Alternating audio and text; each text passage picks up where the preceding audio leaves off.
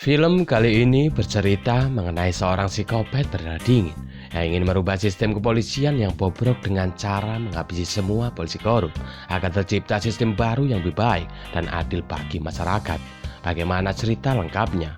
Yo, tak usah berlama-lama, mari langsung saja kita masuk ke dalam isi ceritanya.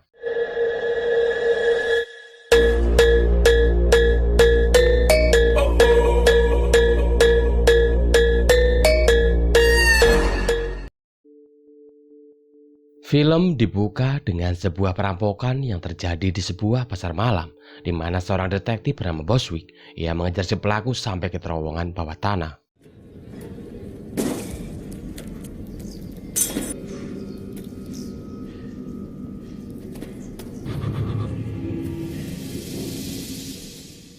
Boswick melihat seorang yang sedang duduk di kursi, yang ia kira itu adalah si pelaku. Namun ternyata itu hanyalah sebuah jebakan, dan tiba-tiba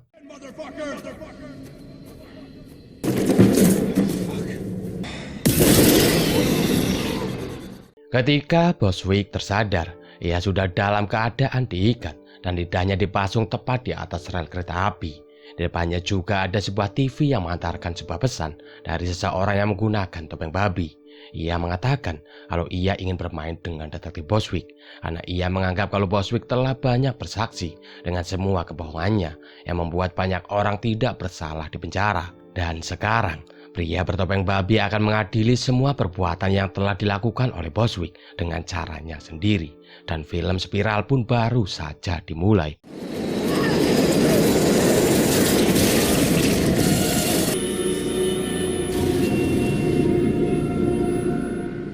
Scene kemudian berpindah pada sekelompok perampok yang tengah bersiap mencuri kokain dari seorang bandar Belgire.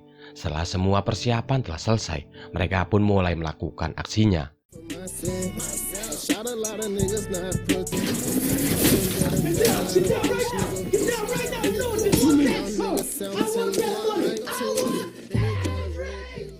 Setelah berhasil merampok kokain itu, mereka semua pun mengganti baju mereka.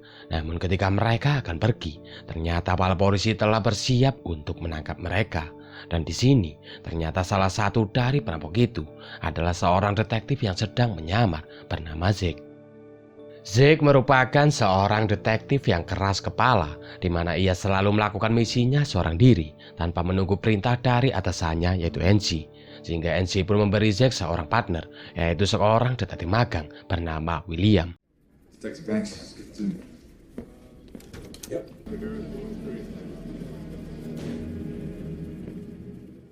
Tak lama, NC memerintahkan Zack serta William untuk mengecek mayat seorang gelandangan yang tertabrak oleh kereta. Tanpa berlama-lama, mereka pun langsung menuju lokasi menggunakan mobil mewah milik Zack.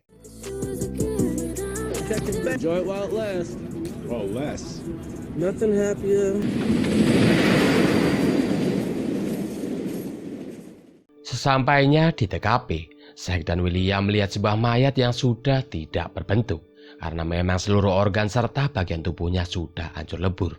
Di sini Zack pun sangat yakin kalau mayat ini bukanlah mayat seorang gelandangan, karena di mayat itu Zack menemukan sebuah gelang mahal yang melingkar di tangan si mayat.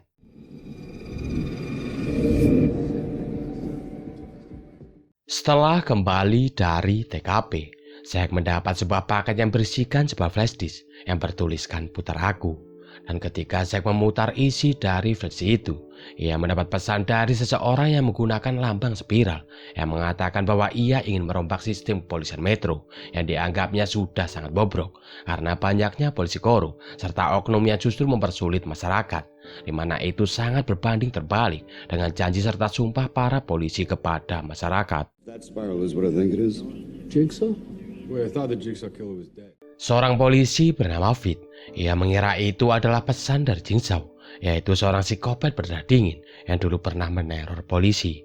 Namun mereka semua tahu kalau Jigsaw telah meninggal.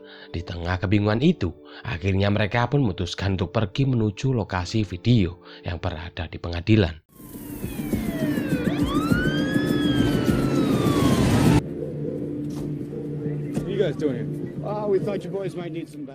Setibanya di lokasi, Zack melihat lambang spiral seperti yang ada di dalam video. Ia juga menemukan sebuah kotak yang terselip di besi jendela yang berisikan sebuah lidah serta lencana milik Boswick. Dari sini mereka semua sadar kalau mayat yang ada di rel kereta api yang tadi mereka selidiki adalah mayat dari detektif Boswick. Enzi kemudian mengumpulkan semua anggotanya dan meminta mereka semua untuk segera mengusut tuntas kasus pembunuhan yang telah menewaskan salah satu anggotanya, di mana Enzi menunjuk Zack sebagai ketua penyelidikan dalam kasus itu. Feds, get anything they got, files, old videos, anything. We have street needs to call Kara, his wife, let her know. Yeah, I already called her. Zack memulai tugasnya dengan mendatangi rumah dari Boswick untuk mengucapkan bela sungkawa sekaligus menggali informasi dari isi Boswick yaitu Kara, karena mengatakan kalau ia tidak melihat kejanggalan apapun sebelum Boswick meninggal. Hanya saja ia sempat melihat Boswick meneriaki sebuah mobil saf hitam yang terparkir di depan rumahnya. He knew you were a good cop. You find out who did this.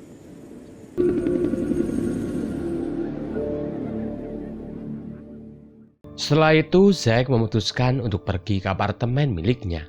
Namun di sana, ia dikagetkan dengan ayahnya yaitu Markus yang sudah berada di dalam apartemen. Di sana Markus bertanya mengenai kasus pembunuhan dari Boswick dan meminta Zack untuk berhati-hati dalam menangani kasus yang sedang ia tangani. Karena menurut Markus, pelaku dari kasus itu adalah peniru dari psikopat Jigsaw. You're gonna be alright. Just come over tonight. I'll order some food.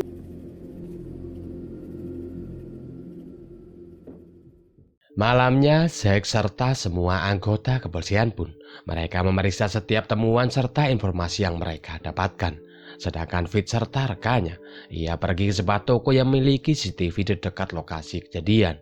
Dalam rekaman CCTV itu, Fit melihat Boswick yang sedang mengejar seorang pria bernama Benny yang merupakan seorang penipu serta pecandu sabu-sabu. Fit yang memang telah mengenal Benny, ia pun langsung pergi ke tempat Benny.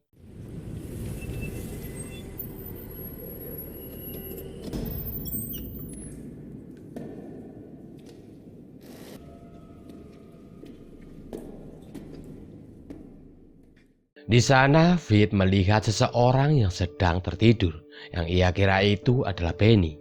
Namun ternyata itu hanyalah sebuah jebakan. Dan tiba-tiba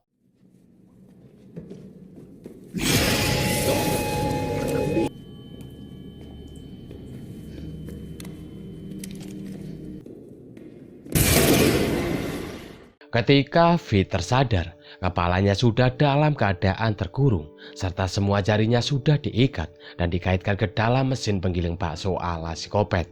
Di depannya juga ada sebuah TV yang menyampaikan sebuah pesan dari psikopat topeng babi, di mana psikopat itu menunjukkan sebuah video ketika Fit membunuh seseorang yang tidak bersalah dan membebaskan pelaku kriminal. Sehingga sekarang psikopat itu akan mengadili Fit dengan menarik semua jarinya hingga putus.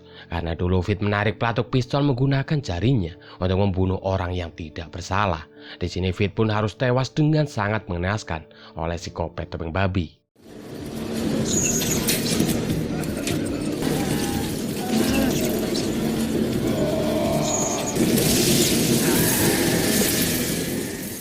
Sementara itu, Zack terlihat berkunjung ke apartemen dari Markus. Namun ia tidak mendapati adanya Markus. Di sini film pun flashback, di mana ternyata dulu Markus adalah seorang kepala kepolisian. Namun Zack melaporkan rekannya yang bernama Pete yang dengan sengaja menembak mati seorang saksi. Sehingga Markus pun harus dipecat dari jabatannya karena ia dianggap telah gagal memimpin kepolisian. Karena banyak dari anggotanya yang malah menerima suap serta menjadi seorang polisi korup. Kembali ke masa yang sekarang, di mana paginya Zack mendapatkan sebuah paket dari seseorang yang kembali berisikan sebuah flash disk. Dan seperti yang sebelumnya, di situ juga berisikan lambang spiral serta sebuah pesan untuk Zack. Namun kali ini, si pelaku menggunakan boneka babi sebagai objek, sedangkan isi dari pesan itu sendiri mengarahkan mereka untuk menuju sebuah jembatan yang tak jauh dari lokasi kantor mereka.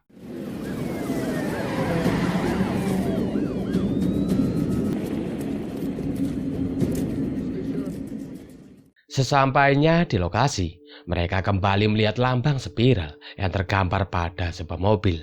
Dan ketika Zack membuka mobil itu, mereka semua dikagetkan dengan seekor babi yang telah mati. Zack juga menemukan sebuah kotak yang berisikan beberapa jari serta lencana milik Fit. Dari sini mereka semua sadar jika Fit telah menjadi korban kedua dari keganasan psikopat itu.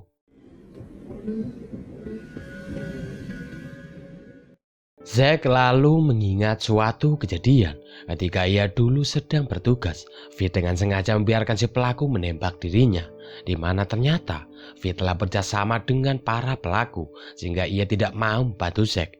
Namun Zack yang merupakan seorang polisi jujur, ia pun terus mengejar si pelaku sampai ia tertembak. Dari situlah Zack sadar bahwa ternyata psikopat yang sedang ia hadapi sedang memburu para polisi korup agar ia bisa memperbarui sistem kepolisian yang sudah sangat bobrok.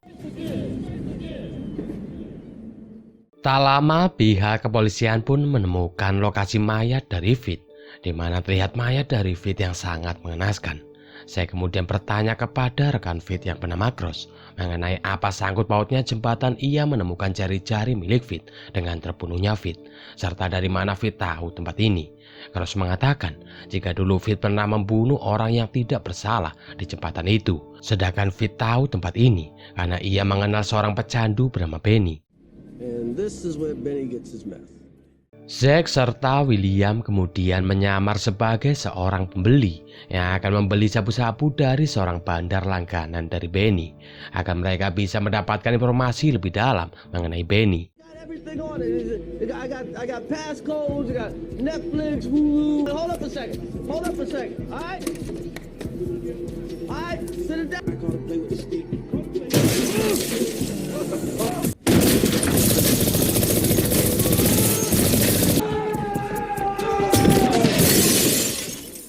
Sayangnya setelah mereka berhasil melumpuhkan si bandar, mereka mendapat informasi kalau Benny ternyata telah tewas karena overdosis, sehingga mereka pun tidak mendapatkan hasil apapun dari penyamaran itu.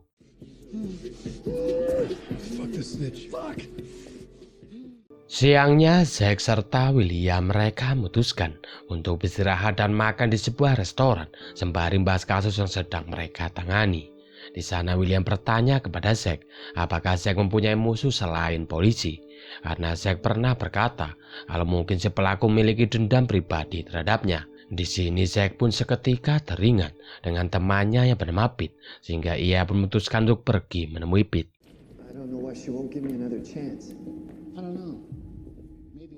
Pete sendiri merupakan seorang mantan polisi, rekan dari Zack dulu. Di sini film pun flashback ketika Pete membunuh seorang saksi dari sebuah kasus ketika orang itu ingin mengungkapkan sebuah kebenaran. Waktu itu Pete mengaku kepada Zack kalau saksi menodongkan pistol ke arahnya sehingga ia pun terpaksa membunuh orang itu. Namun sekarang Pete sudah bertaubat dan menjadi seorang pendeta di sebuah gereja sehingga Zack pun memutuskan untuk pergi karena ia rasa kalau pelakunya bukanlah Pete. Malamnya Zack berusaha menghubungi ayahnya, namun panggilannya tidak dijawab oleh Marcus, sehingga membuat Zack semakin khawatir akan keadaan dari ayahnya.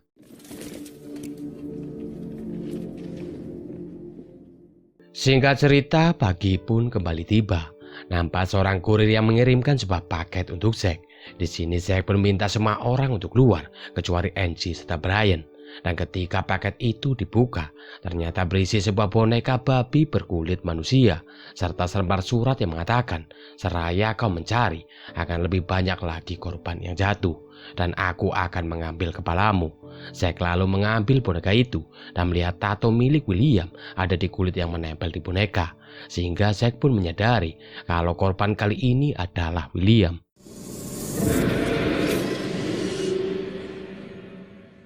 Tak lama Zack serta pihak kepolisian pun langsung menuju ke TKP. Di sana Zack nampak tidak percaya apa yang telah terjadi dengan William, begitu juga dengan Brian, karena memang mayat dari William sangat mengenaskan, di mana sekujur tubuhnya dikuliti oleh psikopat itu. Di sini Zack pun teringat akan ucapan dari William yang mengatakan kalau ia termotivasi menjadi seorang polisi karena ia melihat Marcus, yaitu ayah Zack, di mana kita semua tahu kalau Marcus itu dulunya ya bisa dibilang polisi gak beres lah. Jadi di sini Zack mengira kalau psikopat itu membunuh William karena William mengidolakan ayahnya, yaitu Marcus. Postmortem. Your dad's the reason I want to do this in the first place. Sementara itu, Angie yang berada di kantor, ia mendapat pesan dari Zack yang memintanya untuk mengecek sebuah berkas di ruang kasus dingin. Angie pun langsung pergi untuk mengeceknya. Sedangkan Zack, ia mendapat informasi kalau ada penyerangan terhadap seorang polisi yang sedang bertugas. Tanpa banyak basa-basi, ia pun langsung menuju ke TKP.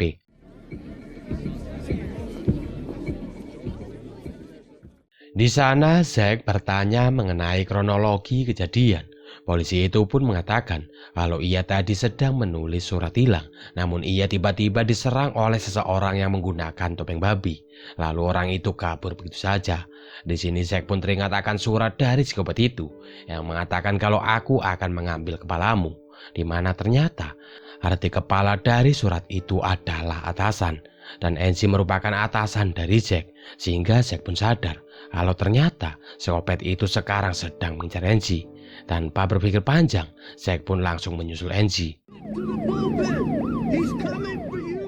Sementara Angie yang sudah berada di ruang kasus dingin, ia bertemu dengan psikopat topeng babi. Di sana Angie berusaha melakukan perlawanan, namun nampaknya psikopat itu lebih cerdas, di mana ia dengan cerdasnya melempar gas beracun, sehingga membuat Angie harus pingsan.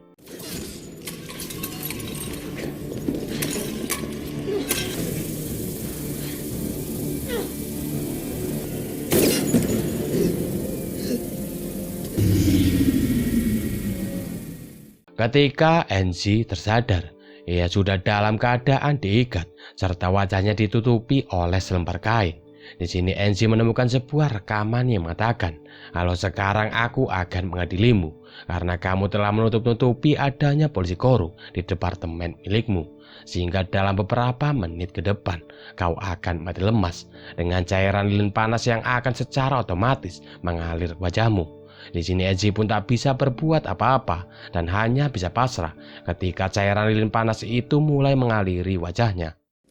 Live or die, make your choice.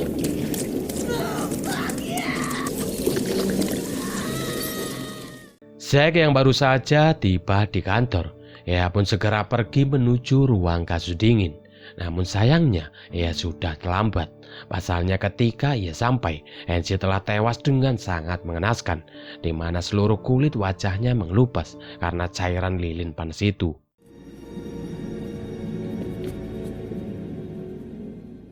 Kemudian Zack berusaha mengecek rekaman CCTV di kantor, namun ia tidak menemukan apa-apa. Lalu ia meminta untuk mengecek siapa saja yang mengakses CCTV di kantor hari ini. Dan anehnya, ternyata Pete masih memiliki akses di kantor, walaupun ia sudah dipecat beberapa tahun lalu. Sehingga di sini Zack pun mengira bahwa Pete adalah pelakunya. Namun Brian mengatakan kalau Marcus juga memiliki akses di kantor, sehingga Brian menyimpulkan kalau pelaku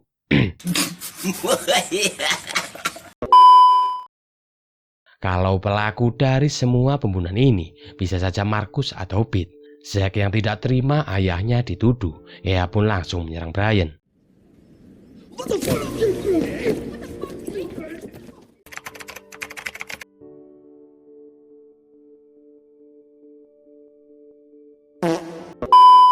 Singkat cerita, Zack pun pergi ke tempat Pete untuk menangkapnya. Namun Zack tidak menemukan keberadaan dari Pete.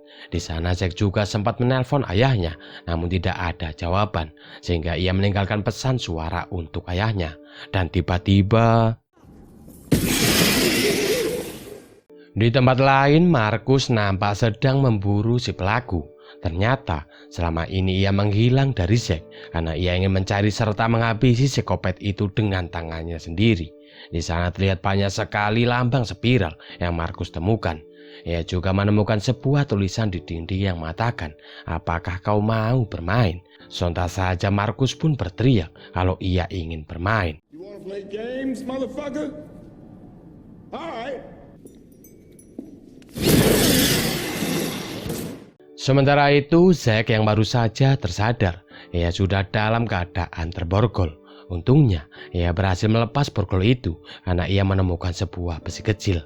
Zack lalu mengambil seseorang yang sudah dalam keadaan diikat di depannya, yang mana ternyata itu adalah Pete. Di sini mereka pun saling menuduh satu sama lain, di mana Pete menuduh Zack telah menculiknya, sedangkan Zack menuduh Pete telah membunuh Angie, William, serta Boswick. Kill Boz? What the fuck are you talking? Kill Boz? Zack kemudian melihat sebuah rekaman yang tergantung di leher dari Pete. Ia pun mengambil serta memutarnya, di mana di dalam isi rekaman itu, psikopat babi mengatakan, dulu Pete dengan sengaja membunuh seorang yang tidak bersalah yang membuat karirmu hancur. Dan sekarang aku akan tunjukkan keadilan di depanmu. Kamu memiliki dua pilihan, yaitu menyelamatkan temanmu atau membiarkannya dengan membuang kuncinya di tong sampah. Dan tiba-tiba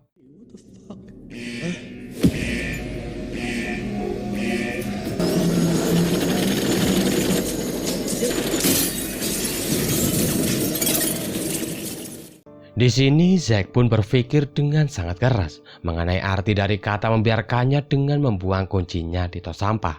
Sementara Pete, ia harus menahan rasa perih terkena ribuan serpihan kaca yang menancap di tubuhnya. Tak lama Zack pun tersadar kalau arti kata membiarkannya dengan membuang kuncinya di tong sampah. Ternyata psikopat itu menyimpan kunci yang mengikat Pete itu di tong sampah. Namun ketika Zack telah berhasil melepaskan Pete, ternyata Pete telah tewas.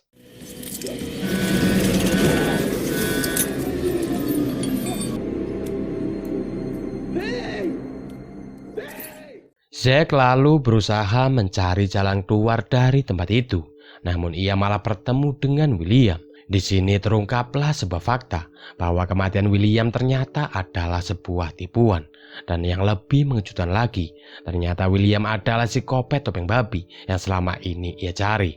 William melakukan semua itu karena ternyata William adalah anak dari seorang saksi yang dibunuh oleh Pete. Sehingga ia pun berniat untuk membalaskan dendam atas kematian ayahnya, serta menghabisi semua polisi korup yang menurutnya sangat meresahkan masyarakat karena telah banyak makan korban yang tidak bersalah, dan salah satu dari korban itu adalah ayah William sendiri.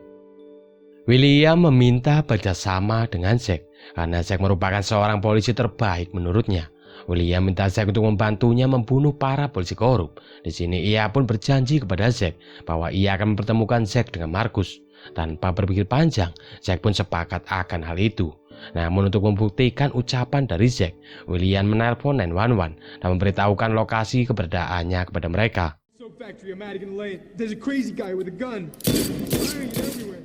Tak lama William mempertemukan Zack dengan Marcus yang sudah dalam keadaan tergantung dan darahnya disedot ke toples. Di sini Zack pun langsung melodorkan pistol ke arah William dan memintanya untuk melepaskan ayahnya. Namun William mengatakan pistol itu hanya berisikan satu peluru. Jika kau menembakku, maka ayahmu akan mati. Dan jika kau ingin menyelamatkan ayahmu, kau harus menembak tepat di lambang spiral. William memberinya dua kesempatan. Jika kau menembakku, kau dan ayahmu akan kalah dalam permainan. Atau kau menembak lambang spiral, maka kau dan aku akan menang.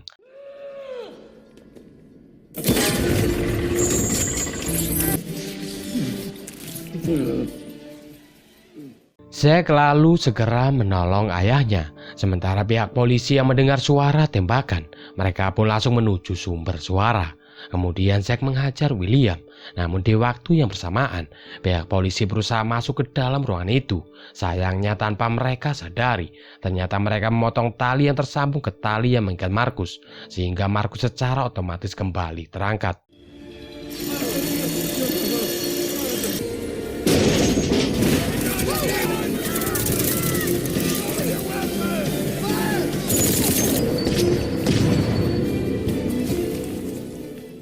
Di sini Zack pun hanya bisa pasrah melihat ayahnya mati tepat di depan kedua matanya, serta melihat William yang berhasil kabur dari tempat itu.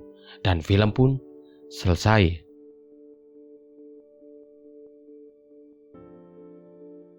Oke, mungkin cukup sekian video dari saya kali ini. Saya Indra untuk pamit. Assalamualaikum warahmatullahi wabarakatuh. Dan sampai jumpa di video selanjutnya. Bye-bye.